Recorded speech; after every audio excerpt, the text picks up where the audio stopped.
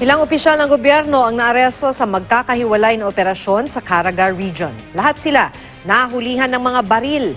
Makibalita tayo kay Katrina Son.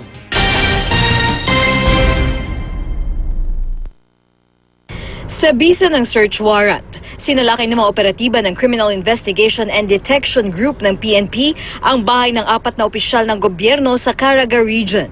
Nakuha sa bahay ni Mayor Romeo Vargas ng bayan ng Tubahon, Dinagat Islands ang ilang kalibre ng baril at mga bala. Nakuha naman kay Sangguniang Bayan member Norlito Tigod ang 2 baril. Dinampot din ang 2 opisyal na tumangging magbigay ng pahayag.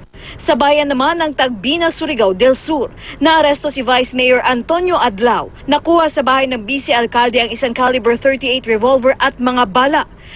Sa bahay naman ni Barangay Captain Robert Lamatao sa San Francisco, Agusan del Sur, nakuha ang isang caliber 45 at caliber 38 na baril. Wala ring pahayag ang 2 naaresto. Ayon sa pulisya, ang kanilang operasyon ay resulta ng kanilang pagmamanman sa mga politikong pinaghihinalaang nag-iingat ng baril.